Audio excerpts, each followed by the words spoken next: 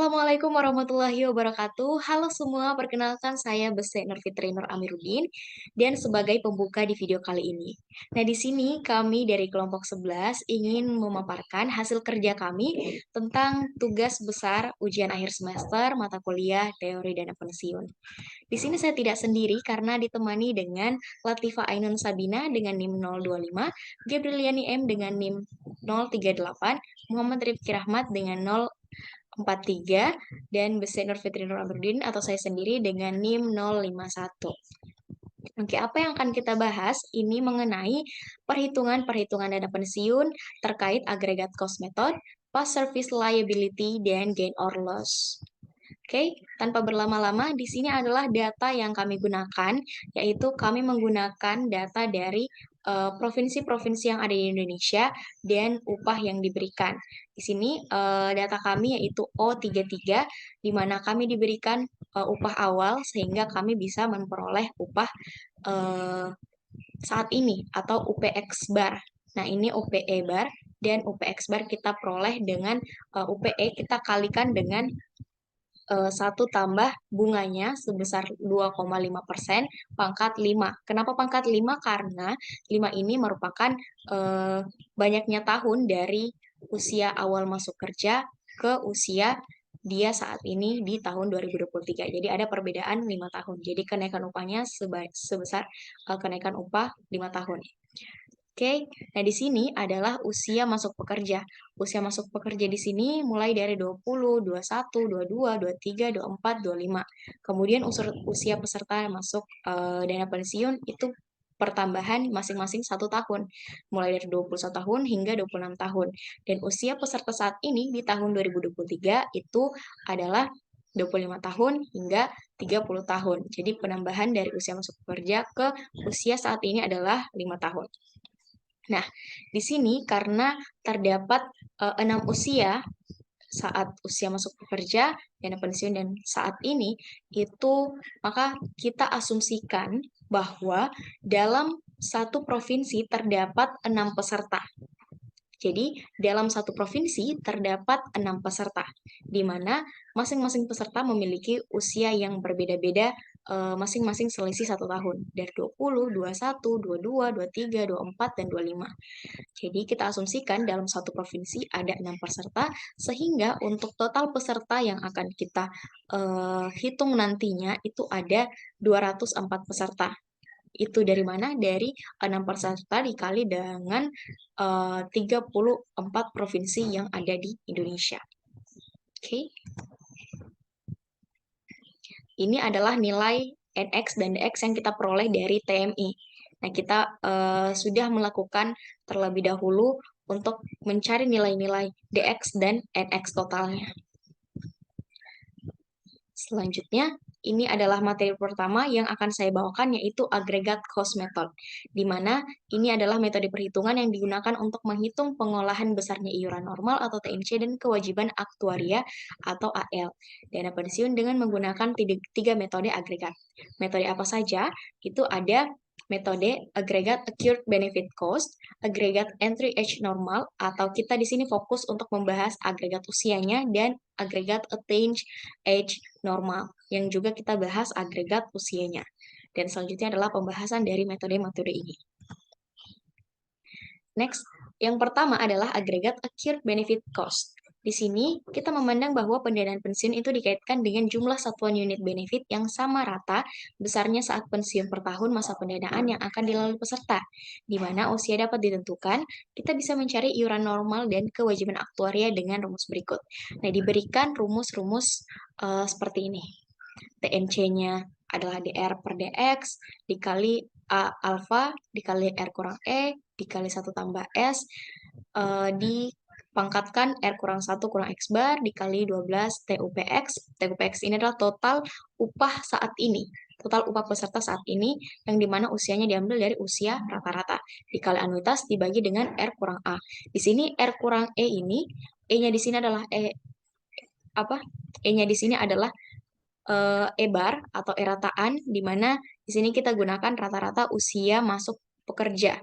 Jadi, Dari usia 20 hingga 25 kita rata-ratakan dan kita asumsikan memperoleh nilai 23 tahun. Jadi rata-rata usia pekerja masuk bekerja itu adalah 23 tahun dan ini adalah ABAR atau arataan. Jadi rata-rata usia pekerja saat masuk dana pensiun. Nah, kenapa di sini ada dua rumus actual liability? Karena untuk yang ini, untuk yang rumus TAL yang pertama ini, itu kita gunakan apabila kita mendapatkan soal atau kasus di mana usia dari masuk bekerja itu sama dengan usia masuk dana pensiun. Jadi E sama dengan A. Sementara yang kedua ini adalah ketika usia masuk dana pensiun itu lebih besar daripada usia masuk bekerja. Sehingga untuk kasus kita di sini, karena diketahui bahwa usia masuk dana pensiun itu lebih 1 tahun daripada usia masuk bekerja, maka kita menggunakan rumus yang kedua ini. TAL X sama dengan NCX dikali dengan X bar dikurang alfa dikurang A bar atau usia masuk bekerja yang dirata-ratakan. Nah, kenapa di sini saya tuliskan TALX bar sama dengan TNCX bar dikali X bar dikurang alfa bar dikurang A bar? Karena ini kan dari DR per DX, TBR dibagi R kurang A itu sama dengan rumus TNC. Jadi seharusnya yang di sini adalah TNCX. Maka saya tuliskan di bawah sini adalah TNCX bar dikali X bar dikurang A bar. Karena rumus dari ini, jika kita tidak ikutkan X bar dikurang A barnya, itu sama dengan rumus TNC. Seperti itu. Jadi di sini seharusnya TNCX bar. Next, mengenai agregat entry age normal atau agregat usia. Di sini kita kan pada metode agregat entry age normal itu terdapat dua macam agregat, agregat individual dan agregat usia. Namun untuk agregat EAN dan agregat AN itu kita hanya gunakan agregat usia. Nah, di sini kita peroleh rumus dari agregat EAN-nya seperti ini. Dan TBR-nya ini alfa dikurang RE, sebenarnya TBR-nya ini sama dengan rumus TNC tapi dari alfa hingga anuitas. Ya, jadi perbedaannya hanya penambahan DR dibagi NE dikurang NR. Jadi perbedaan hanya pada nilai ini. Namun jika kita lihat lagi, ternyata di TNC itu menggunakan upah awal. Dan pangkatnya itu juga kita menggunakan variabel atau usia di awal masuk bekerja. Nah, ini semua adalah rata-rata. Usia rata-rata yang digunakan. Mau itu E, A, atau R itu adalah semua usia rata-rata. Nah, sehingga TBR ini kita gunakan upah akhir atau upah saat ini. Nah, ini adalah upah awal. Di sini kita gunakan upah saat ini. Jadi, untuk penambahan bunganya juga acuannya pada usia saat ini. Kemudian kita peroleh TALT, DR per DX bar, dikali TBR, dikurang TNC yang kita sudah selesaikan sebelumnya, dan NX bar dikurang NR dibagi dengan DX bar. Oke, selanjutnya yang terakhir adalah agregat attained age normal. Dan di sini juga kita lihat pada agregat usia. Nah, sebenarnya rumus dari metode agregat EAN dan AAN itu hampir sama, namun hanya perbedaan di TNC-nya. TNC sebelumnya dia menggunakan UPE atau upah awal. Namun pada penambahan bunganya dia menggunakan usia saat masuk dana pensiun. Dia bukan menggunakan usia saat masuk bekerja. Jadi untuk penambahan bunganya itu adalah 1 tambah S dipangkatkan R kurang 1 kurang A bar atau usia rata-rata saat masuk dana pensiun. Sementara sebelumnya dia menggunakan 1 tambah S pangkat R kurang 1 kurang E bar atau usia masuk bekerja. Nah, sama di sini juga perbedaannya, yang sebelumnya kita pakai NE totalnya, nah di sini AAN kita pakai NA totalnya. Jadi pakai usia masuk dana pensiun. Dan untuk TBR dan TAL-nya itu sama dengan rumus pada EAN. Selanjutnya untuk pengolahan data. Nah, di sini saya hanya memberikan satu contoh dari ketiga metode yang tadi telah dijelaskan. Yang di sini saya hanya menggunakan metode agregat acute benefit cost yang diselesaikan dengan bantuan Excel, maka akan kita peroleh iuran normal dan kewajiban aktuaria dari data yang telah diberikan. Dan selanjutnya untuk metode dari agregat EAN dan yang dimana agregat usianya dan metode agregat AAN itu akan diselesaikan langsung pada Excel. Jadi hanya contoh dari acute benefit cost yang akan saya jelaskan di sini. Selanjutnya akan langsung ke hasil dari pemanfaatan Excel. Di sini diketahui bahwa EBAR-nya adalah 23.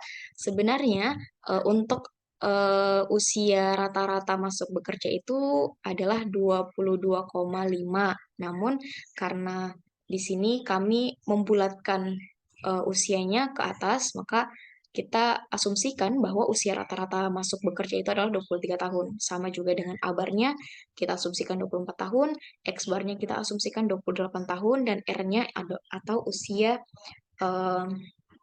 dia pensiun, usia setiap peserta pensiun adalah 58 tahun. Nah, total pesertanya yang sudah kita bahas sebelumnya adalah 6 peserta dikalikan dari semua provinsi. Ada 34 provinsi, jadi 6 dikali 34 sama dengan 204 peserta.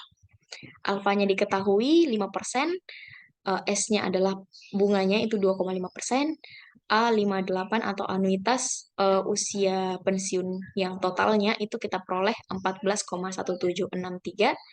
Kemudian kita bisa peroleh anuitas pensiun yang bulanannya 13,71799.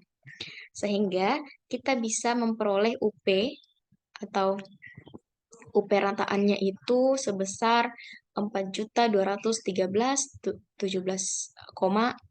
maaf, kita bisa peroleh UP saat ini atau upah saat ini itu rata-ratanya 4.213.17,23.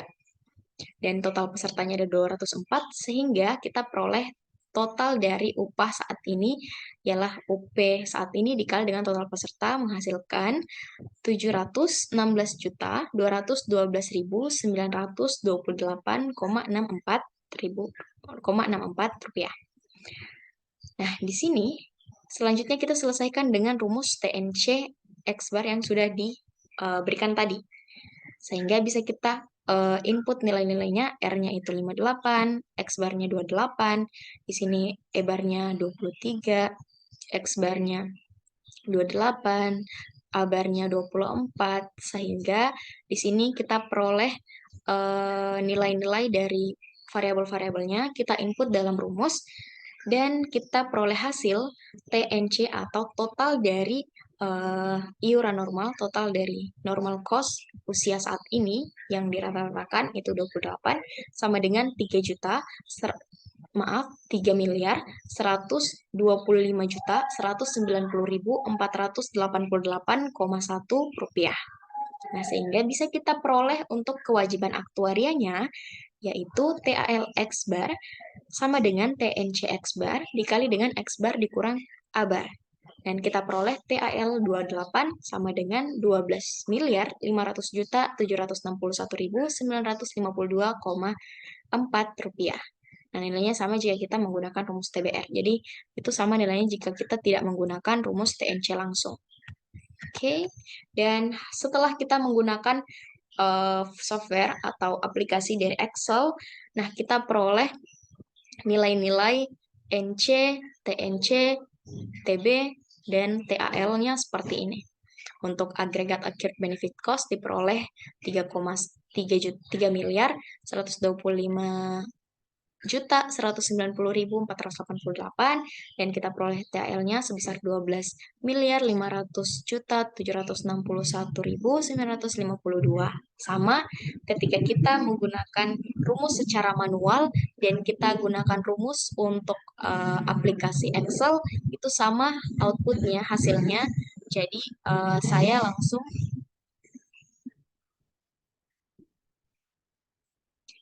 langsung mengerjakan dengan menggunakan Excel. Dan untuk data-datanya ini juga sudah lengkap pada Excel.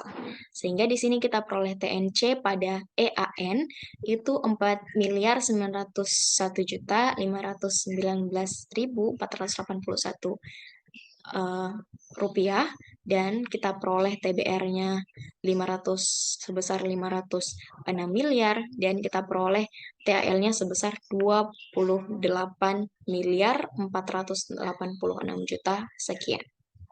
Dan untuk agregat attain age normal kita peroleh total normal cost-nya 4.234 juta sekian.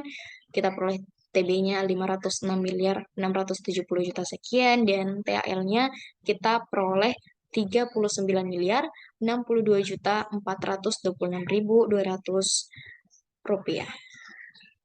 Dan sehingga dari hasil-hasil ini dapat kita simpulkan bahwa pada total normal cost-nya itu selalu lebih kecil daripada kewajiban aktuaria. Jadi, total iuran yang diterima oleh perusahaan untuk dana pensiun itu selalu lebih kecil daripada kewajiban aktuaria yang harus perusahaan bayarkan. Nah, kita lihat bahwa TNC dari ABC atau Accrued Benefit Cost itu hanya 3 miliar, sementara kewajiban aktuaria yang harus dikeluarkan perusahaan itu sebesar 12 miliar. Jadi ada selisih kurang lebih 9 miliar untuk perusahaan membayarkan kewajibannya. Sementara yang perusahaan peroleh dari iuran peserta itu cuma 3 miliar. Nah, berdasarkan hasil perhitungan iuran normal dan kewajiban aktuaria ini, kita menggunakan 3 metode, yaitu iuran normal yang dibayarkan itu nasabah menggunakan metode agregat Accrued Benefit Cost merupakan iuran normal yang lebih rendah dibandingkan dengan iuran normal yang dibayarkan dengan metode agregat Entry Age Normal dan agregat Attain Age Normal. Nah, hal ini berbanding lurus dengan kewajiban aktuaria yang dibayarkan kepada nasabah pada metode agregat Accrued Benefit Cost yang memiliki jumlah lebih rendah dibandingkan dengan metode agregat EAN maupun agregat AN. Namun dari ketiga metode ini, semua kewajiban aktuaria itu pasti jauh lebih besar. Nah, kita lihat di sini, perbedaannya itu sangat jauh antara total actual liability-nya daripada total normal cost-nya. Nah, itu menandakan bahwa adanya risiko keuangan dan dana pensiun juga perlu untuk mengidentifikasi strategi untuk meningkatkan pendapatan atau mengelola kewajiban lebih efisien. Karena jika ini itu kita harus memperhatikan atau mengevaluasi hasil-hasil perhitungan dalam konteks regulasi, kebijakan, investasi, dan perubahan lingkungan ekonomi untuk memastikan keberlanjutan dana pensiun. Jadi perusahaan harus memikirkan bagaimana caranya agar perusahaan tidak mengalami kerugian dan hasil-hasil nantinya itu optimal dari iuran yang masuk dengan apa yang harus dikeluarkan perusahaan. Seperti itu. Jadi mungkin sampai di sini saja pemaparan dari saya. Selanjutnya untuk past service liability dan gain or loss akan dilanjutkan oleh teman saya. Terima kasih.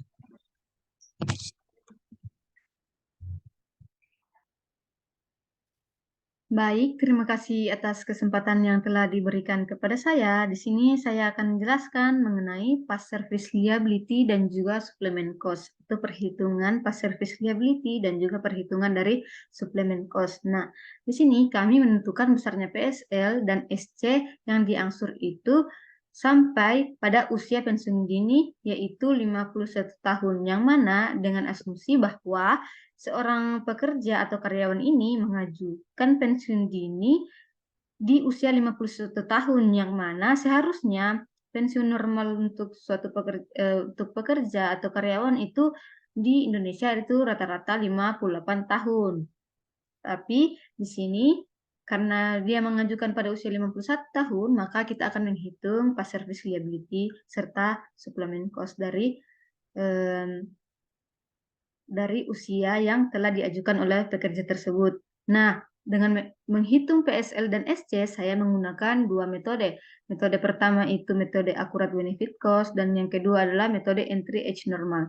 Untuk yang pertama, saya akan jelaskan terlebih dahulu, yaitu metode akurat benefit cost.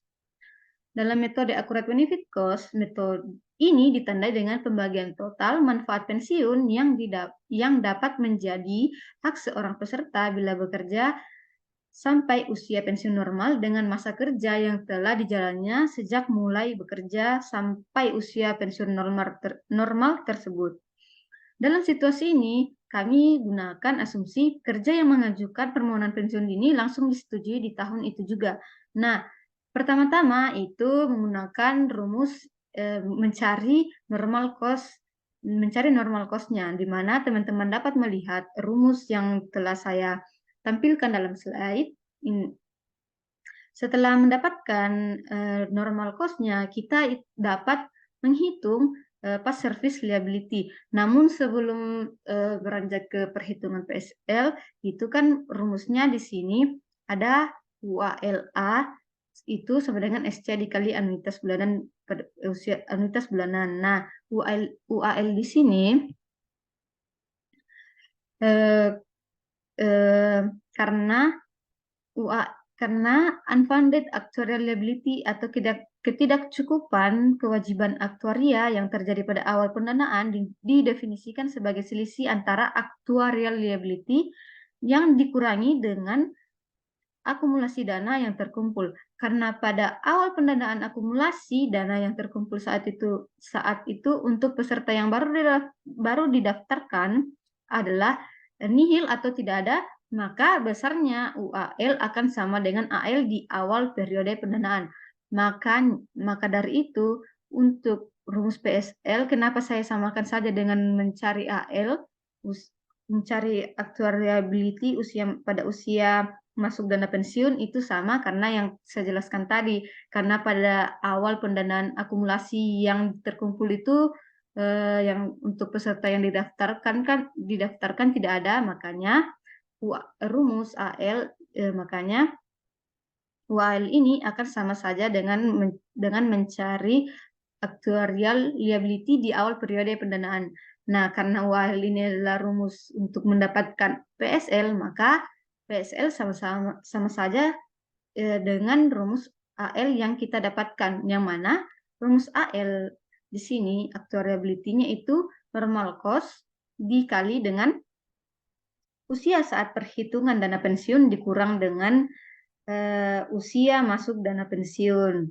Nah, setelah mendapatkan AL yang sama saja dengan PSL tersebut, kita dapat melangkah ke selanjutnya itu menghitung suplemen cost-nya dengan rumus UAL, yang mana UAL ini adalah AL itu sendiri atau PSL itu sendiri dibagi dengan anuitas bulanan ini. Untuk selanjutnya, untuk metode yang kedua itu metode entry age normal, yang mana di sini mensyaratkan bahwa asumsi yang digunakan itu A sama dengan E, atau usia masuk dana pensiun itu sama saja dengan usia masuk kerja, atau usia mulai bekerja sama dengan usia didaftarkan. Situasi ini tidak selalu dapat dipenuhi karena banyaknya perusahaan mendaftarkan karyawannya menjadi peserta setelah lulus masa percobaan, sehingga kondisi yang terjadi di luar asumsi metode dari entry age normal itu sendiri. Nah, dalam kasus ini, kami perhitungan datanya itu kami sesuaikan dengan syarat awal dari metode entry age normal, yang mana A sama dengan E. Untuk rumusnya sama saja. Yang pertama, kita mencari normal cost terlebih dahulu. Teman-teman dapat menggunakan rumus tersebut. Lalu kemudian setelah mendapatkan normal cost, kita dapat menghitung PSL yang sama dengan UAL, ya, baru UAL atau bisa juga SC dikali anuitas bulanan. Nah, karena UAL ini sama saja dengan perhitungan PSL maupun UAL yang sudah tadi saya jelaskan mengapa hal tersebut sama di awal, itu ya karena pada awal pendanaan akumulasi dana yang terkumpul pada saat itu untuk peserta yang baru daftarkan nol atau nihil, maka besar UAL akan sama saja dengan AL di awal periode pendanaan. Nah, untuk rumus AL sendiri itu teman-teman dapat lihat di sini. Nah, yang teman-teman menanyakan kenapa ada harus menghitung NC terlebih dahulu karena NC di sini akan digunakan untuk mendapatkan nilai PSL. Nah, setelah mendapatkan nilai PSL, teman-teman dapat menghitung SC-nya atau suplemen cost-nya itu dengan UAL dibagi dengan anuitas bulanannya. Nah, untuk lebih jelasnya, pengolahan datanya untuk teman-teman agar dapat memahami lebih dalam itu di sini untuk metode pertama menggunakan metode akurat benefit cost, yaitu menghitung besar PSL dan SC seorang pekerja dari Provinsi Aceh yang memiliki upah awal itu Rp2.893.909. Nah, yang diketahui di sini itu ada alfa sebesar 2%, ada kenaikan gaji setiap tahunnya itu 2,5%, lalu ada itu usia masuk kerja, ada A di situ usia masuk dana pensiun yaitu 21, lalu X itu usia saat perhitungan dana pensiun itu 25, lalu R-nya itu usia pensiun di Indonesia lalu yaitu 58, lalu anuitas bulanan pada usia pensiun itu yang 58 itu 15,081054.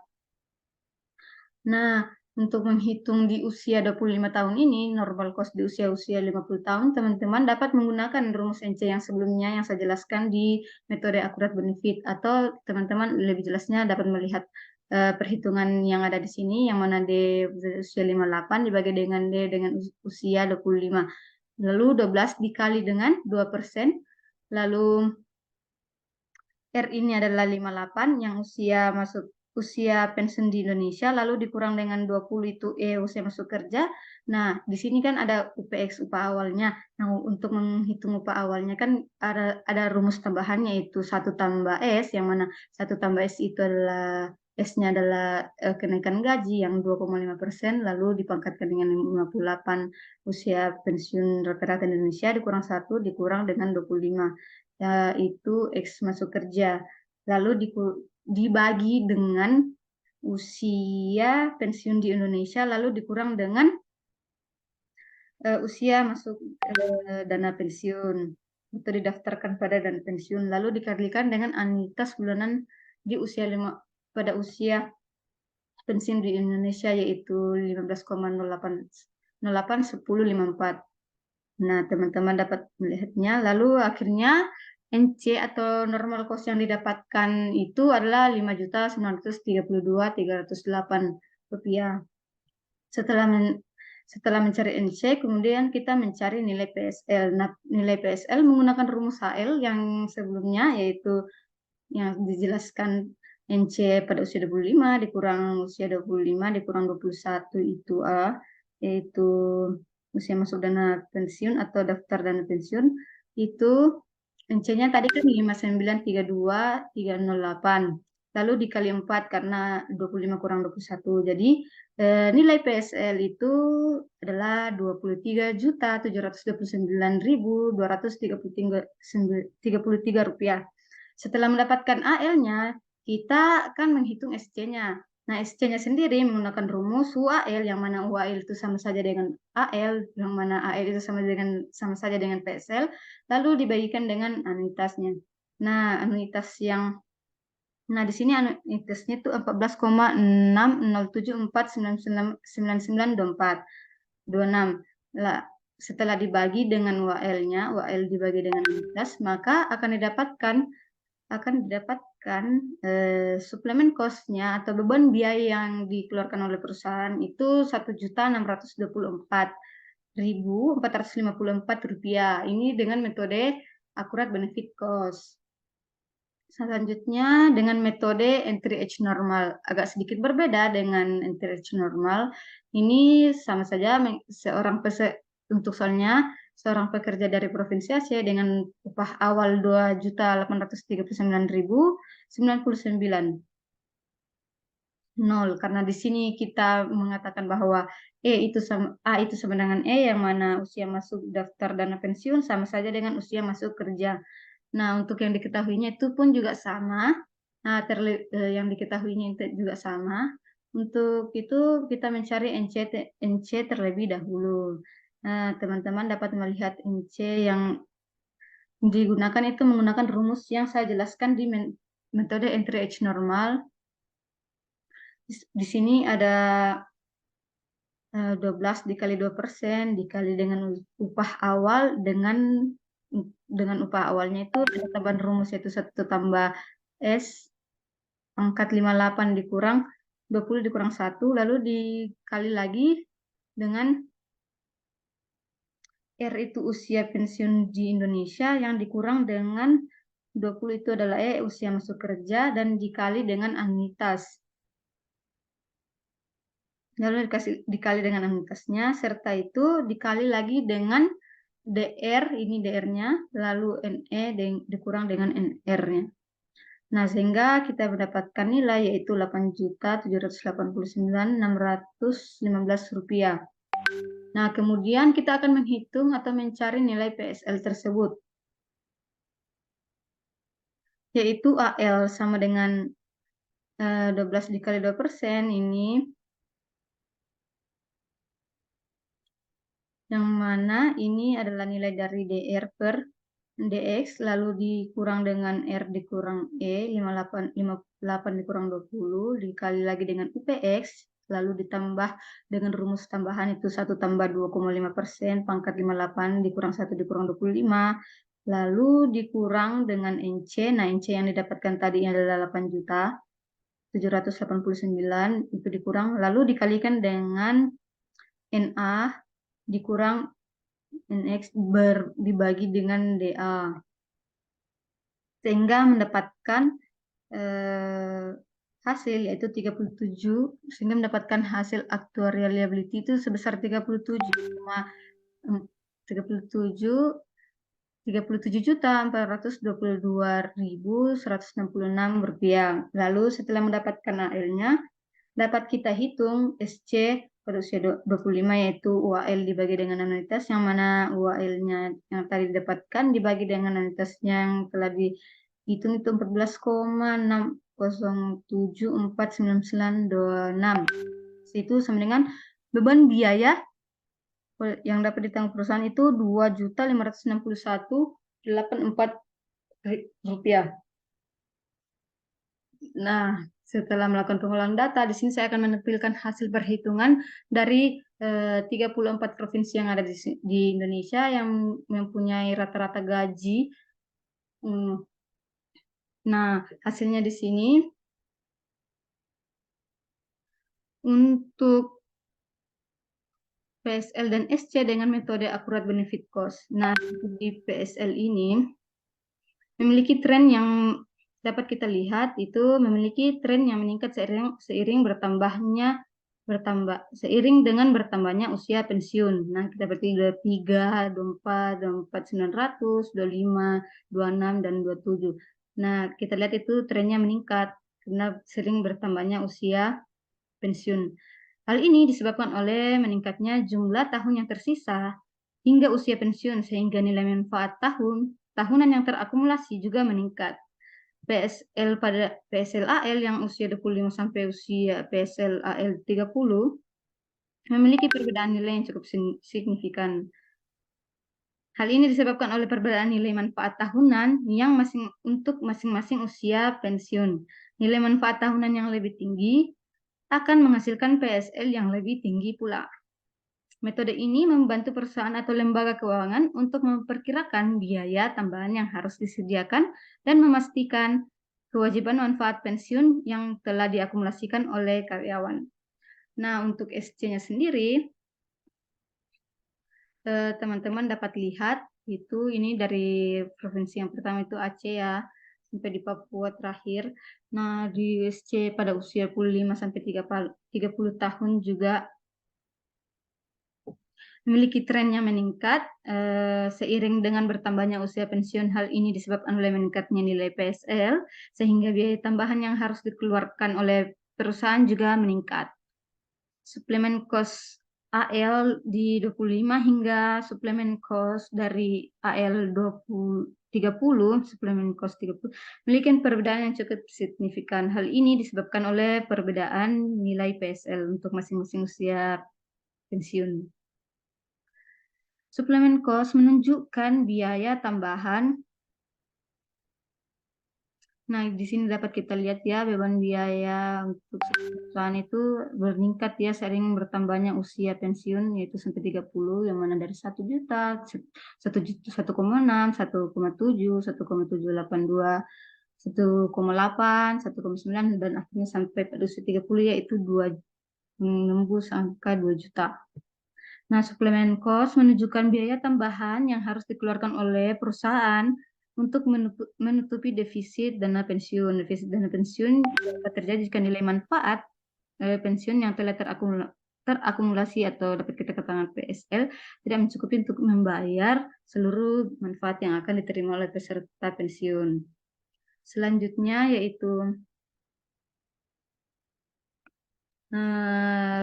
nilai PSL dan juga SC dengan metode NTRH normal yang saya hitung dari ke-34 provinsi dengan upah awal yang tadi itu. Dari gambar di atas dapat kita lihat bahwa terdapat perbedaan perhitungan antara metode ABC dengan metode EAN, di mana pada metode EAN memiliki nilai yang cukup besar daripada ABC, yaitu nilai PSL-nya dapat mencapai puluhan, yaitu 37. Nah, karena usia pensiun yang selalu meningkat, maka nilai dari usia dana pensiun yang selalu meningkat itu, maka nilai PSL juga akan meningkat, yang mana memiliki selisih sebesar 13.992.933 rupiah dari metode ABC yang tadi. Ini untuk seluruh provinsi ya, makanya ada perbedaan.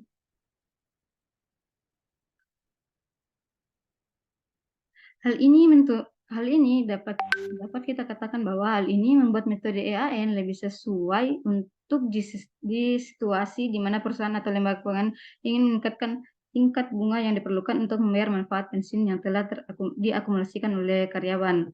Lalu selanjutnya itu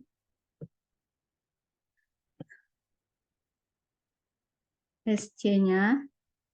Nah, untuk suplemen cost-nya itu dari gambar di atas menunjukkan bahwa biaya tambahan yang harus dibayar oleh pekerja meningkat seiring dengan bertambahnya usia pekerja. Berdasarkan gambar tabel tersebut, tabel ini dapat dilihat bahwa biaya tambahan pekerja berusia 25 tahun itu sebesar 2.561.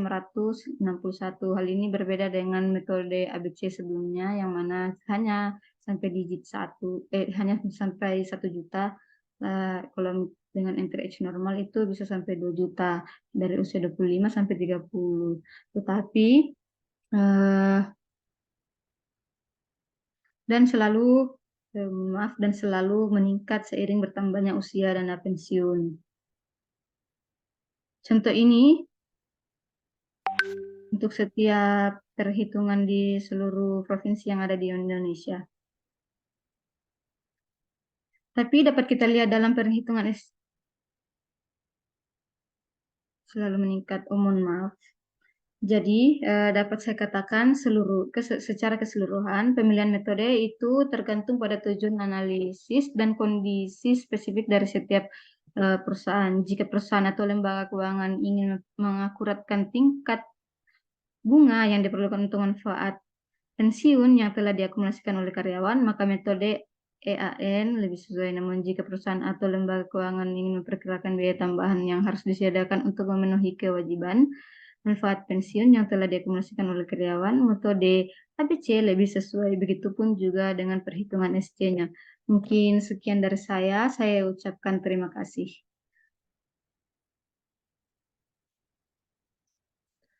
Ya baik, terima kasih. Saya akan lanjutkan pembahasan tentang Gen or Lose. Jadi pertama-tama Gen or Lose itu merupakan sebuah pada kesempatan kali ini kita akan melakukan perhitungan untung atau rugi dari suatu pendanaan pensiun yang dimana difokuskan gain loss-nya itu secara keseluruhan peserta.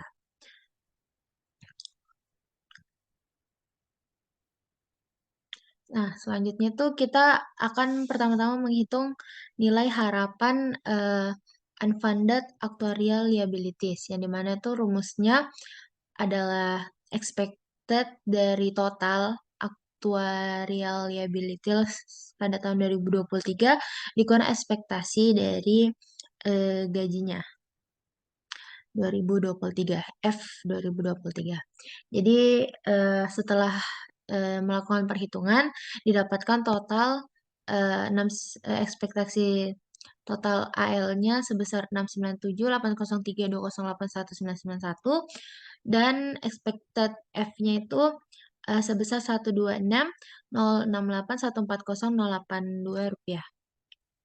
Kita kurangkan, jadi selisihnya itu merupakan nilai harapan dari UAL yang sejumlah 570.571.735.068.109. Ya, selanjutnya di gain or loss ini ada gain or loss pendanaan yang bakal kita cari dan partial gain or loss. Tapi bagian saya itu saya akan menjelaskan bagian dari gain or loss pendanaan. Nah, jadi gain or loss pendanaan itu merupakan total dari gain atau loss-nya dengan rumus yang tertera seperti di sini ada expected unfunded actuarial liability tahun 2023 dikurang aktual dari UAL-nya, UAL 2023. Jadi expected dikurang sama aktualnya. Di sini ada asumsi dan di mana pada kelompok 11 itu menggunakan asumsi ada satu orang meninggal dunia berusia 25 tahun pada tanggal 1 Juni 2023 dan dibayarkan manfaat pensiunnya sebesar 10 juta. Dan ada dua orang yang mengundurkan diri berusia 25 tahun juga pada tanggal 1 November 2023 dan tidak ada manfaat yang dibayarkan. Dan selanjutnya ada hasil investasi aktual sebesar 8%. Sehingga dihasilkan nilai dari expected UAL 2023 itu sebesar 571.735.068.109 dan nilai aktualnya sebesar 1291250652146. Sehingga dengan rumus yang tadi ini selisih kita menghasilkan nilai sebesar negatif 441.530.175.700 atau merupakan kita mengalami kerugian. Mungkin sekian bagian saya. Saya akan lanjutkan ke teman saya untuk menjelaskan gain or loss secara parsial. Terima kasih.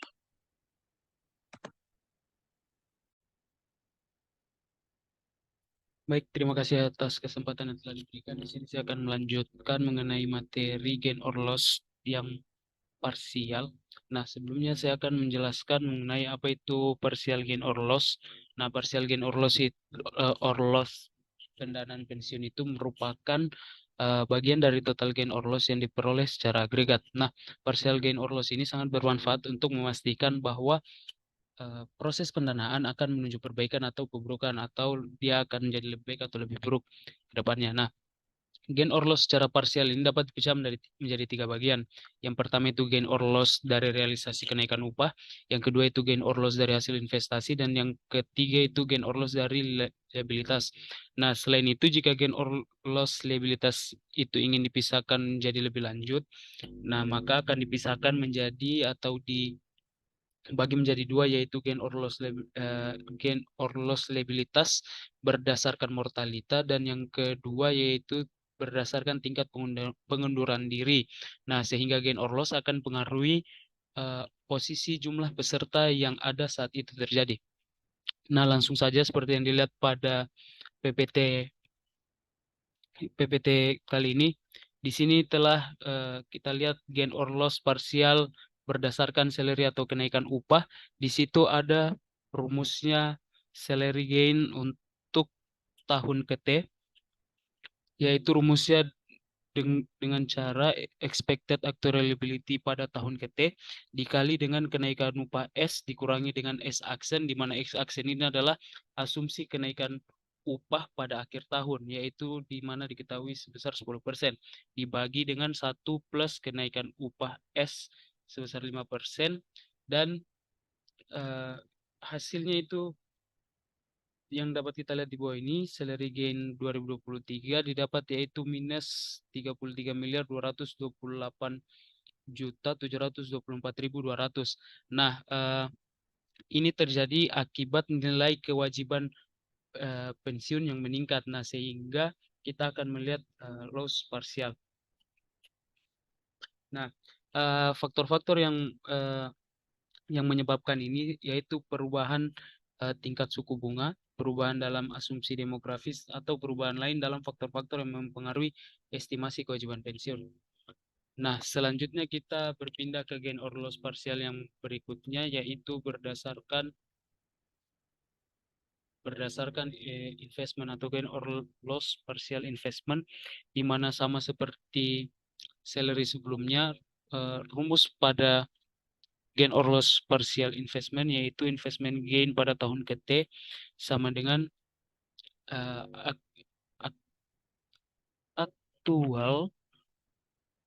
actual investment rate pada tahun ke-T dikurangi dengan expected investment rate pada tahun ke-T.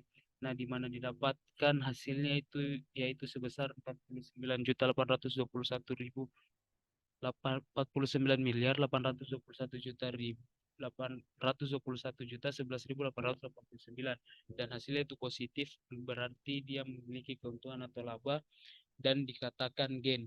Nah, selanjutnya gain or loss parsial berikutnya yaitu berdasarkan dari mortality atau mortalitanya, di mana rumusnya di sini mortalita gain pada tahun ke-T yaitu total actual liability pada tahun ke-T dikali dengan D per N dikurang kibar DX. Nah, yang perlu kita ketahui, D di sini notasi D di sini bermakna dead atau orang yang mati pada saat dia masih menjadi tertanggung pada dana pensiun. Nah, N ini yaitu total pekerja yang berada pada dana pensiun, yaitu sebesar 204 orang. Nah, sementara kibar DX ini yaitu ketentuan dari studi kasus yang diberikan, yaitu sebesar 2%. Nah, dikurangi dengan actual total benefit DT dikurangi kibar DX dikali expected total benefit DT. Nah, di sini juga dihasilkan bahwa mortality gain pada tahun 2023 itu dia hasilnya negatif dengan negatif 5.549.288.820 yang menunjukkan bahwa terjadi kerugian atau loss di situ. Nah, next selanjutnya gain or loss parsial pengunduran diri. Nah, rumusnya untuk gain or loss parsial pengunduran diri yaitu with yang berarti to withdraw gain pada tahun ke-T. Rumusnya yaitu actuarial liability pada tahun ke-T dikali W per N. Notasi W ini menandakan artinya withdraw atau yang mengundurkan diri. W per N dikurangi kibar WX, di mana ini juga ketentuan seperti sebelumnya, yaitu pada studi kasus ini diasumsikan sebesar 1%, dikurangi dengan actual total benefit WT dikurangi kibar WX dikali expected total benefit WT. Nah, hasilnya juga sama seperti sebelumnya, yaitu withdraw gain pada tahun 2023 itu menghasilkan dana negatif sebesar 253.086.402 yang menunjukkan bahwa dari segi withdraw itu dia mengalami loss. Nah, kita lanjut yang terakhir yaitu gain or loss parsial untuk hal yang lain-lain, di mana untuk mencari gain or loss parsial dari untuk yang lain-lainnya ini, kita dapat melalui total gain yang telah kita dapatkan sebelumnya, itu kita kurangi dengan gain or loss parsial yang telah kita cari sebelumnya, seperti salary gain, investment gain, mortality gain, dan withdrawal gain. Nah, hasilnya juga itu sama seperti sebelumnya, yaitu untuk other gain pada tahun KT itu dia minus 452 miliar 320 juta 88.168, di mana mengalami kerugian atau loss. Nah, mungkin saya akan berikan informasi sedikit mengenai interpretasi dari gain or loss parsial itu. Nah, gain or loss parsial itu merujuk pada perubahan nilai aktuarial yang terkait dengan kewajiban dana pensiun. Nah, ini terjadi ketika perkiraan biaya masa depan untuk membayar manfaat pensiun berubah. Jika nilai kewajiban pensiun meningkat, kita akan melihat loss parsial. Dan sebaliknya, jika kewajiban pensiun menurun, maka kita akan melihat gain parsial. Nah, perubahan ini dapat disebabkan oleh faktor-faktor yang sudah saya katakan sebelumnya, yaitu seperti perubahan dalam tingkat suku bunga, perubahan dalam asumsi demografis, atau perubahan lain dalam faktor-faktor yang mempengaruhi estimasi kewajiban pensiun. Nah, secara keseluruhan, perubahan dalam gain or loss pendanaan dan gain or loss parsial dapat mempengaruhi posisi keuangan dan stabilitas dana pensiun. Nah, manajemen dana pensiun dan sponsornya perlu memantau dan mengevaluasi perubahan ini. Nah, itulah yang kita lakukan untuk mengevaluasi perubahan yang terjadi, untuk kita memahami dampaknya terhadap keberlanjutan dan kesehatan keuangan dana pensiun. Ini juga berdampak pada kebijakan investasi dan strategi pengelolaan risiko untuk memastikan pemenuhan kewajiban pensiun jangka panjang. Nah, saya kira sekian yang akan saya sampaikan pada kesempatan kali ini. Selanjutnya itu kita akan membuka sesi tanya jawab. Untuk sesi tanya jawab, saya silahkan kepada teman-teman yang ingin bertanya, silahkan drop komentarnya di bawah. Nanti kita akan menjawab pertanyaannya melalui sesi tanya jawab melalui komentar, dan itu akan dijawab pada tanggal 11 pukul 16.00. Sekian dari kelompok kami, saya mewakili teman-teman. Jika ada salah kata mohon dimaafkan. Assalamualaikum warahmatullahi wabarakatuh. Terima kasih.